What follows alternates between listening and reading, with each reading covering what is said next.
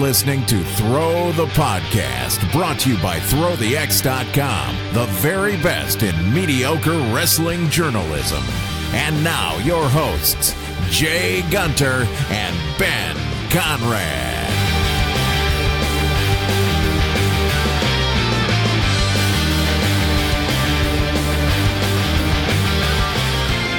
Hello, everyone, and welcome to Throw the Podcast.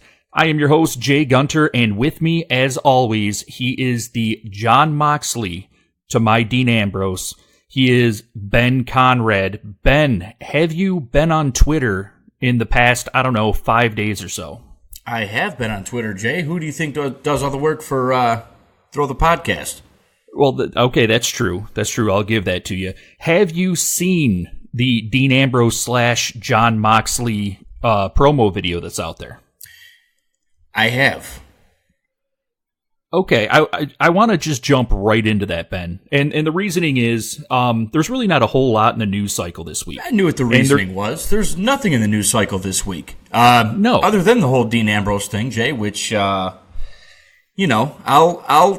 explain shortly, briefly, to the people who have not seen it. There's a promo video that Dean Ambrose, the artist formerly known as Dean Ambrose, now Jon Moxley, uploaded to his Twitter. It's basically a video of him breaking out of a prison. Okay? If you don't know, Dean Ambrose's contract has been up for the past week and a half or so, Jay, somewhere around there? Yeah, give or take. Okay, give or take. Anyway, doesn't matter. It's unimportant. The fact is, Dean Ambrose is now a free agent. And this video that was uploaded was a very good video, very good promo video of Jon Moxley, a well-produced video, very professionally done. And I want to stress the professionalism of this video because the day it came out, Jay, you texted me, and you had a conspiracy. You had one of, what are we calling that segment? Are we calling it Jay's Conspiracy Files, Jay's Theories? No, because we can't get it confused with the Fenton Fashion Files. So I am going to name it. I am going to get some intro music for it. You just give me another week or two. Okay, awesome. So basically the professionalism, the quality of this video, I think is really what got your brain working on all cylinders, Jay, because you texted me and you had this kind of crazy conspiracy. Now I want you to let these people into the mind of Jay Gunter, if you will. I did, and my problem, so this video came out, and what Ben is referencing is basically formerly Dean Ambrose, now Jon Moxley. He's in his prison cell, and before he breaks out, it shows like he's been counting the years, and people are saying that the little dash marks on the wall add up to 25, which it doesn't, it adds up to 35, and people are using the 25 as a reference to AEW, because AEW is going to be held on the 25th. During the segment, he breaks out of prison. He goes running. It appears he's in Las Vegas, which is where AEW is going to be held. He runs by it's almost like graffiti. It is to an actual bar in Las Vegas. I forget the name of it, but it's not really important. But the dice show 25. And so everyone's leaning AEW. They say that the signs are too strong, and that everything's pointing to AEW. And I don't think that's the case. And Ben, I have a conspiracy theory. Please tell me, Jay. My conspiracy theory is, and I'll tell you why this makes sense, that the WWE is actually behind this entire thing. Now just follow me on this. I'm not saying that it's 100% certain. I'm not saying that the WWE is definitely producing this and that this is all fake. That's not what I'm saying. But if you look at how it was done, like you said, Ben, this was a very, very professionally done promo video, right? Right. I mean, it was absolutely. It was movie quality. It was like watching a movie trailer is what it looked like. Yeah, exactly. It almost resembled something that the WWE would do. Now, during this video, he had like barbed wire wrapped around his arm and there was a little blood dripping off. And a lot of people said, WWE wouldn't put anything out there that had blood. And I beg to disagree. Now, the quality of this video and the timing of it, this video was released 3 minutes after Jon Moxley's contract expired. So that means that this video had to have been produced weeks before that, when Jon Moxley was under contract to the WWE. Now, the only way that this could happen, another outside entity couldn't do this. So if Jon Moxley was going to show up at AEW legally couldn't do this because he was under contract to WWE. He would have been, in essence, working for AEW before his contract expired, which is a big no-no. So the only two options left are Dean Ambrose did this himself, or the company that he was already with did it for him. Now, the professionalism of this video, is it possible for Jon to go out there and find people to do it for him? Absolutely. Does he have the money to get it done? Sure he does. Is it a great way to reintroduce himself to the wrestling community? Absolutely, and I get that. And if that's all that this is, I'm all for it, because it's great. But for him to go out and do that on his own, the timing of the release, it just screams WWE to me. It's almost CM Punkish, if you will. Remember when the whole pipe bomb thing happened, Ben? Yeah, how could I forget? Yeah, so everybody was calling that like the reality era, where WWE basically gave you a peek behind the curtain. Now, WWE is struggling right now. Ben, did you see Raw or SmackDown? You know what? I wish I hadn't seen either of them. And you know what? I wish I joined the millions of people who tuned out these past 2 weeks. They're probably the lowest ratings that they've had in God knows how long. Both very, very bad shows. Yes, Jay, to answer your question, I unfortunately watch both.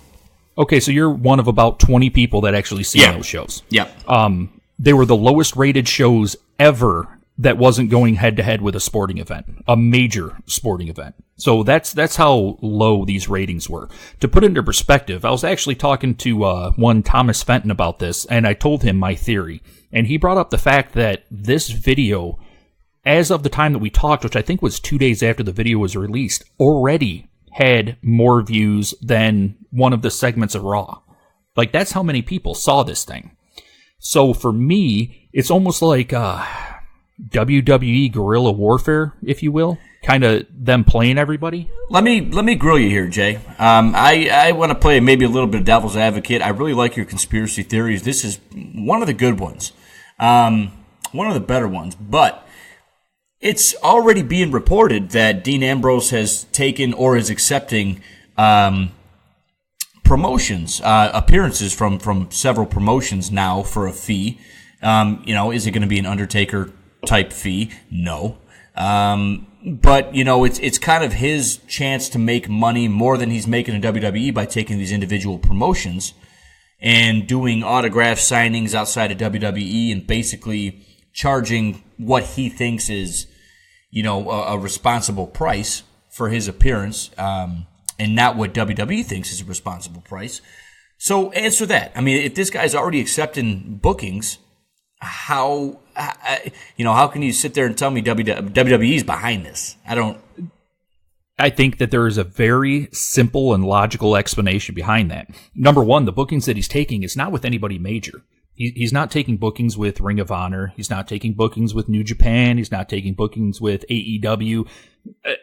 He's taking bookings with these very, very small companies. And what better way for the WWE to throw people off of their trail than to allow them to do it? Like, Dean, go wrestle in front of these 50 people at a bingo hall a couple times. Make people think that you are no longer here. We will reintroduce you as Jon Moxley. And Ben, not only that, the reason that Jon Moxley stopped working for WWE is because he said he wanted time away. He wanted to chill out at home. He just wanted to be away from it all. So you're telling me that a guy that passed up what was reported to be in the range of $5 to $10 million a year because he wanted to sit at home is going to immediately accept bookings as soon as he's granted that opportunity? Yeah, you got a point, and no more devil's advocate. I want to kind of, because the more you're talking, Jay, the more I'm starting to think. WWE normally, we talked last week about the Luke Harper situation where he's kind of been asking for his release during injury, and they extended him 6 months as a kind of maybe not an FU. Maybe I won't go that far. But, a lot of guys who are asking for their release are kind of buried on television before they're released, especially if there's a good chance they're going to a competitor. Which, do I think there's anybody actually competing with WWE right now? No, I don't. But an up-and-comer like AEW, I think if WWE, had any feeling whatsoever that Dean Ambrose would sign with AEW, I don't think they would have given him the strong send-off that they did. I think the only logical reason for them doing that, Jay, is that they had this belief, or they had this, I don't know. Something was telling Vince McMahon that Dean would be back one day, and if not, he would do appearances for the WWE, work with them in some type of capacity, even if it wasn't in the ring, and not head to somewhere like AEW. Does that make sense? I mean, he got a really strong send off compared to a lot of the other guys who've left recently. Yeah, Ben, you hit the nail on the head. I mean, the WWE, look what they're doing to the Revival. They even called out the Revival on their webpage. So the Revival asked for their release also. That was a while ago. That was over a month ago. And so instead of granting their release, not only are they still wrestling, but they're basically doing comedy skits with them. Last week, unfortunately, I was one of the people that actually watched Raw and Smackdown. They did a back shaving segment where basically the Usos caught them shaving each other's back. So WWE.com goes on and says, hey, is this the first of many embarrassing situations that we catch the Revival in, or can they straighten this out and become tag team champions again? That part is up to them. They're basically telling the Revival, hey, if you quit, asking for your release and, being disgruntled employees, this will go away. But if you, keep down this path, all we're going to do, we're going to embarrass you week in and week out so you don't have any value after you leave this place. And you're right. They didn't do that with Dean. Now, did Dean win a bunch of matches before he left? Hell no. But did he have some great, entertaining, main event matches? Yeah, he did. As a matter of fact, most of his matches were main event matches. Not only that, WWE created a special for their network for his last match. His last match was at a house show. Very rarely do they do that, but they did it for Dean. WWE is not stupid, and they are not a small company. A multi-billion-dollar company is going to know these things. They're going to know that Dean's going to, accept independent bookings right away or going to a competitor. I think the chances are less than 1% he ends up with AEW like everybody thinks he is. Okay, let me piggyback off that for a second, Jay. Another good point. WWE is not as dumb as you think they are. That is a very, very true statement, whether you want to believe it or not, people. There is nobody on that level, and it's for a reason. Okay? With saying that, Jay, let's go back to earlier in the segment. You were talking about, there were some notches on the prison cell. A lot of people were speculating it added up to 25. It was 35. He's running down the sidewalk in Vegas, out of all places, and there were dice in the window, and they added up to 25. People were speculating this, speculating that. Now, I'm starting to think about that. If you're going to take the time to put all these Easter eggs into this promotional video, let's think real quick, logically. Anybody out there, and if you disagree with me, we are at TTX Wrestling. Please let me know why. If you're going to go through all the trouble of putting those Easter eggs in this video, who do these Easter eggs benefit more? AEW or WWE? And let me answer that for you. These Easter eggs that get people talking about AEW, get people online, get people tweeting, get people active on social media saying Dean's going to AEW. What favors does that do for AEW? It does them nothing. They have a stacked card at Double or Nothing on the 25th of May. If anything, it does more favors for WWE as a rib on AEW. Because why not? Because these Easter eggs, let's say hypothetically Dean Ambrose did join the roster at All or Nothing on the 25th. Who is going to remember this promotional video? Who is going to remember all those Easter eggs? It's just talking points leading up until then. If he actually joined the roster on the 25th, he's just on the roster. The video becomes nothing. You know, a month from now, nobody talks about that video. WWE, however, Dean Ambrose shows back up as Jon Moxley. And now people are still buzzing like, damn, that was cold. You see what WWE did, you know, with all those Easter eggs, with making you think this and doing this. You know, it just makes WWE look that much smarter by doing this. So, you know, and if it was being kept that close to the vest as a surprise at All or Nothing, do you think that AEW would want, you know, even the slightest Easter egg in there, Jay?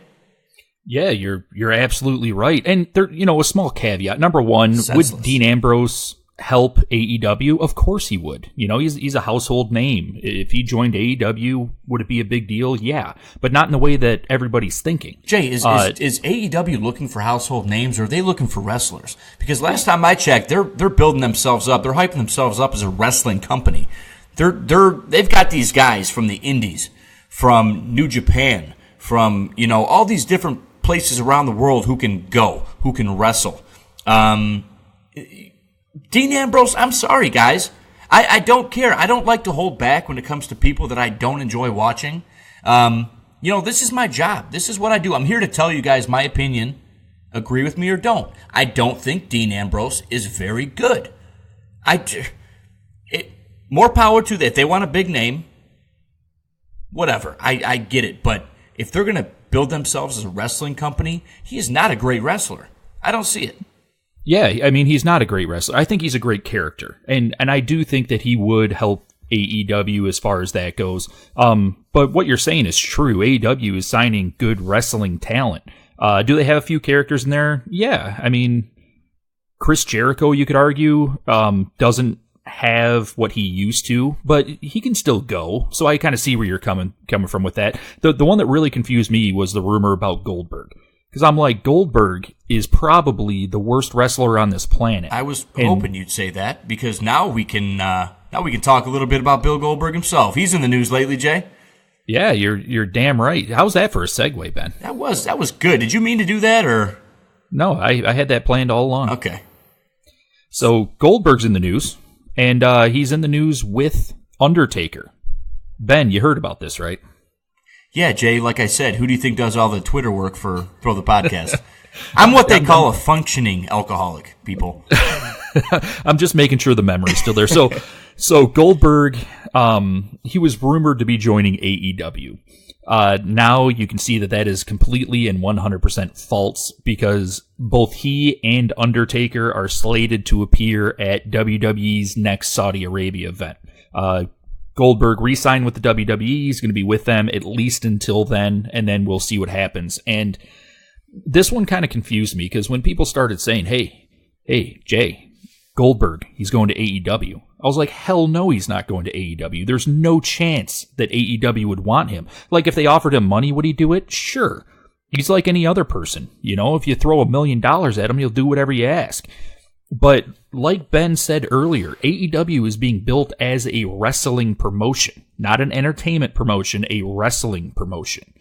Goldberg, excuse me, Goldberg is not a good wrestler. Does he have a small amount of entertainment factor? Sure, to some people. I'm not one of them, but hey, whatever. Yeah, Jay, okay. Let me say, in the words of Veronica Vaughn, Billy, sweet Billy boy, I knew you would go back. You knew Goldberg would eventually show his face on WWE TV again. Jay, I have been, you know, a lot of these veterans, a lot of these Hall of Famers, a lot of these people get flack for coming back, especially around WrestleMania season, and taking the spots that they believe are deserving of younger talent, up-and-comers. I have not really been one of those people. I think that it's good for the business. I think it's good to bring back somebody who's a veteran, who's established. But I believe it's only good to bring them back in a way that is going to help a younger talent, in a way that's going to help elevate somebody else on that roster who's fighting for a main event spot. Having said that, this news with Goldberg and The Undertaker, both on the Saudi Arabia card, it pisses me off a bit, Jay. Do I hope they'll do the right thing with The Undertaker and Elias? Absolutely. Elias could benefit from this. He could get a rub that would mean wonders to his career. Goldberg, we don't really... I mean, do you know the direction they're going with Goldberg yet, or any guesses, or are we just going to wait and see? No, honestly, I hope he comes out, waves his hand, and then turns around and walks back through the curtain. But I have no idea. Okay. These are just two guys that have been played out. Undertaker especially, no offense to the dead man. All due respect, the guy has earned every ounce of my respect. But Jay, it's borderline too much now. We've seen casket matches that don't matter. We've seen matches on Raw that don't matter. We've seen tag team matches at WrestleMania with Kane that, quite frankly, don't matter. He doesn't have the luster that he used to. And, after the whole Brock Lesnar feud, Goldberg doesn't either. They want big names for Saudi Arabia. This is one point in time where I disagree with bringing back big names. Yeah, I'm with you. And, there is a rumor out there that he's going to be facing Brock Lesnar, which I swear to you, I will smash my TV if I have to see Goldberg versus two of the people that I cannot stand watching in a wrestling ring going at it for, what is it, the third or fourth time? That would drive me insane. But, Ben, you're absolutely right. And I'm going to tie our first two segments into the prettiest little bow. So... do you want proof that the WWE is just a business? Look at them going back to Saudi Arabia. If nobody remembers, there was a crap storm last year when they went to Saudi Arabia. It was right after Saudi Arabian government was accused of killing a journalist in Turkey. People were protesting WWE. They couldn't believe that WWE was holding, an event there, and they still went through with it. Some wrestlers didn't show, your Daniel Bryans didn't go, things like that. Here they are going back to Saudi Arabia because it is all about the dollars. And to bring my point back to the whole Dean Ambrose, Jon Moxley thing, WWE didn't give him the send-off that Ben was talking about because they like him and he's a nice guy. WWE is all about the dollar bill. If they know a talent is leaving, they're not going to do anything to give that talent more leverage when it comes back time to either re-sign him or have him go somewhere else. They did that knowing that in the future they are going to earn money off of him, which is yet another reason I think that he's sticking with the WWE in the long term. But Saudi Arabia, Ben, horrible idea. I wish. Could we announce a, throw the X vacation that week so we don't have to cover that? Yeah, we'll do something. We'll talk to Fenton about that. And, Jay, actually, speaking of Fenton, sorry to get off track. You want to get him on the show next week? What do you think you think he's down for that? We got a lot of Money in the Bank stuff coming their way, with Money in the Bank coming in a few weeks. I want to get Fenton on here to talk a little bit about the Double or Nothing. Yeah, he's going. He's going to be in the press box for that one. I know he's really excited about it. I know that you were thinking of going with him. I don't know if you are still planning, and if you are, I hope that you get him sober enough to actually get him in the building. But yeah, we can get him on. Okay. Talk to Fenn. I'd like to get him next week and get his thoughts on that, and then we can get the Money in the Bank stuff going the next week or so. Basically, I don't care about the Goldberg and the Undertaker thing anymore, Jay. I just wanted to change the subject. Anything else these people need to know? I didn't want to bring up the subject. Yeah, let's get to something that matters. Okay. Let's get to something that's entertaining. Let's get to something that, for me, is awesome. Is it fun? Oh, it is an entire house of fun. How fun is this house? It is Bray Wyatt fun. Bray Wyatt released a second, teaser, second promo for his new character. And Ben, I don't give a damn what anyone says. It was awesome. I loved it. It creeped me out again. I think that this is going to be a lot of fun coming up here shortly. It is good, guys. And if,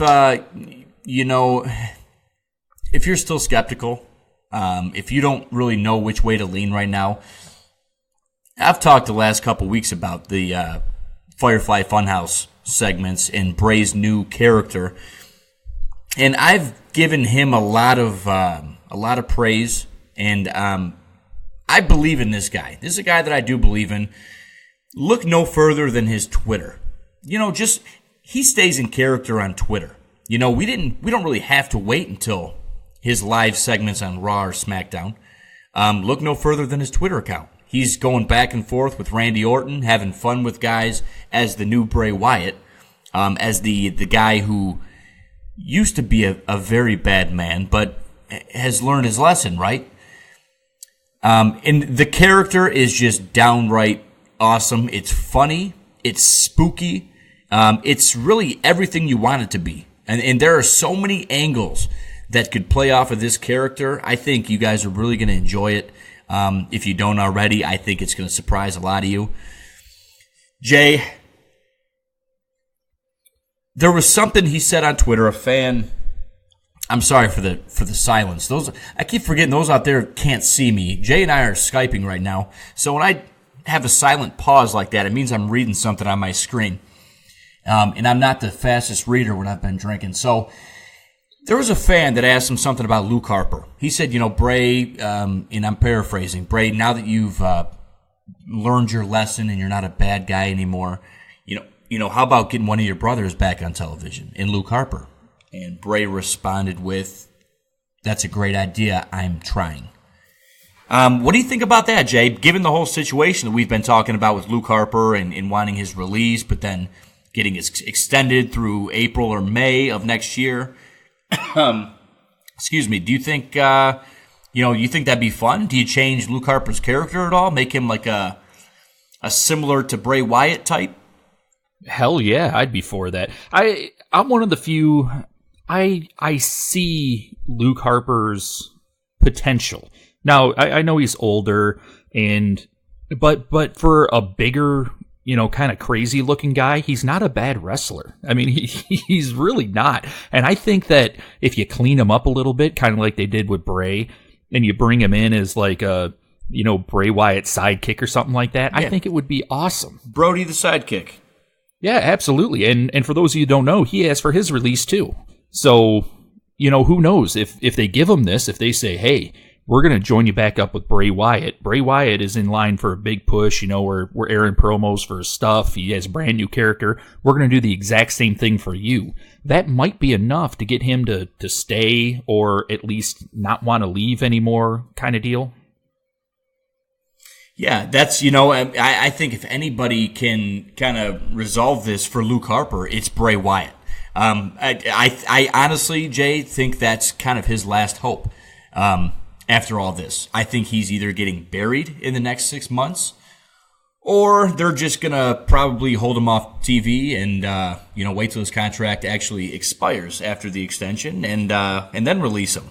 But I think joining Bray Wyatt could revive him. It could put him back on a level playing field, if you will, and back in good graces. Not that he's not in good graces with WWE. I don't know. I don't speculate, but. I think that'll put him back to where he was.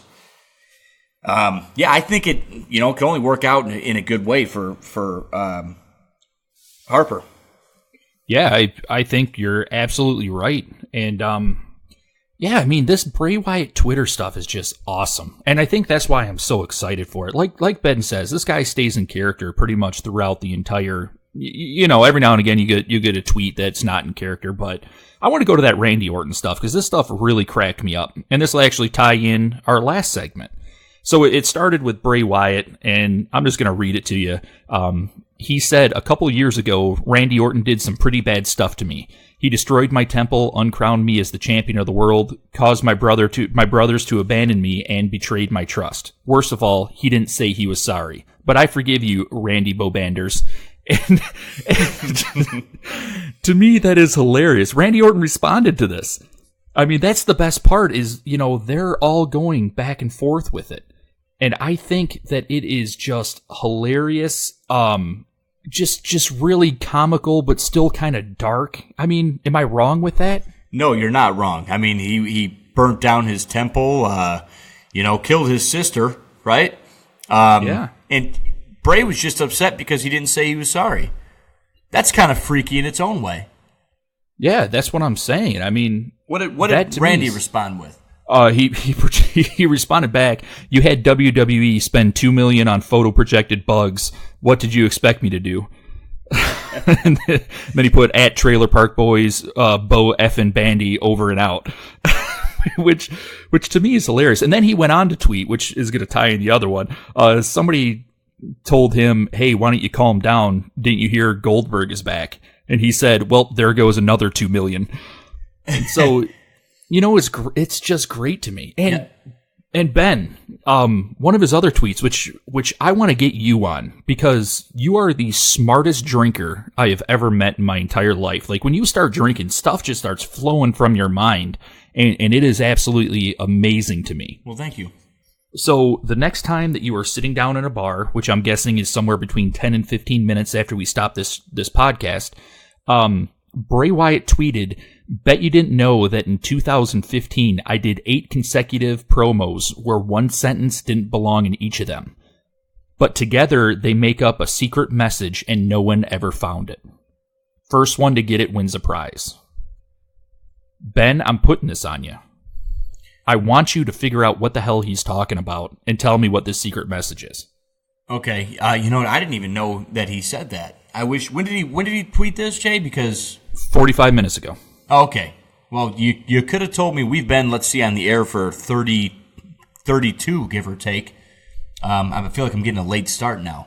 But, all right, we'll see if we can crack that. Not to mention, everybody listening to this podcast now knows about that. You're putting me at kind of a disadvantage here, Jay.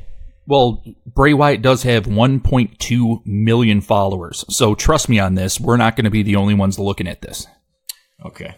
Well, let's get these beers flowing and see if we can do some cracking. That's what I'm saying. We got to get you back into the bar. Hey, getting Ben Conrad back in a bar. Let's talk about somebody else that's coming back. Let's talk about somebody that is coming back to the ring, and them coming back to the ring is just like getting Ben back into a bar. Who's that? I'm talking about Daniel Bryan, baby. All right.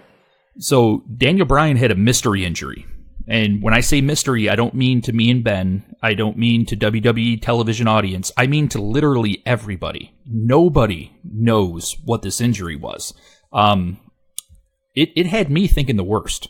Because for me, the WWE, if it was something easy, if it was a knee, if it was a shoulder, if it was an elbow, if it was a broken bone, they would have announced what it is. They would announce the recovery time when he was coming back. They do it with talent all the time.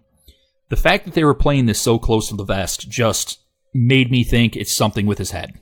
That's why they're not coming out and saying it, because it's something with his head, and they're waiting to get all the tests ran before they tell us that he's gone again.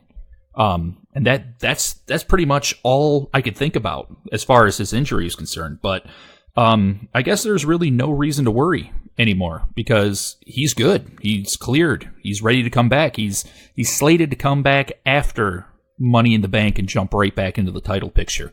And Ben, having an intimate knowledge of you and knowing that Daniel Bryan is one of your top 5 favorite wrestlers, I'm guessing you have to be excited about this. Yeah, obviously, I think a lot of people feel that way. I think a lot of people are scared every time this guy takes a bump, especially to the head or neck area. I think a lot of people, including myself, are scared every time he gets in the ring. We've seen his career end before. This is a guy you don't want to see out of the ring. And for the WWE keeping this so close to the vest tells you that it was something that, could have probably been worse than it turned out to be. Yeah, I'm glad he's back, Jay. But this is something that, we still got to kind of keep an eye on, keep reminding ourselves about that anything could happen. This is just, quite frankly, we got lucky, and Daniel Bryan got lucky. Glad he's back, but still, scary situation for somebody who I actually enjoy watching. Yeah, I think you're absolutely right. I mean, for me, I know that the WWE wouldn't be bringing this guy back if there was any indication that there was an injury. I mean, they pretty much said that when they brought him back the first time. He has to go through concussion protocol after every match. He gets checked for concussions after every single time that he's in the ring. I think if they checked him and he did have a concussion or he did have some sort of brain or head injury, they just pull the plug. They just be like, you're done. But I do think that that's what they were checking him for. And I think that was the reason for the silence on his injury. I think that there was maybe symptoms of a concussion, something like that.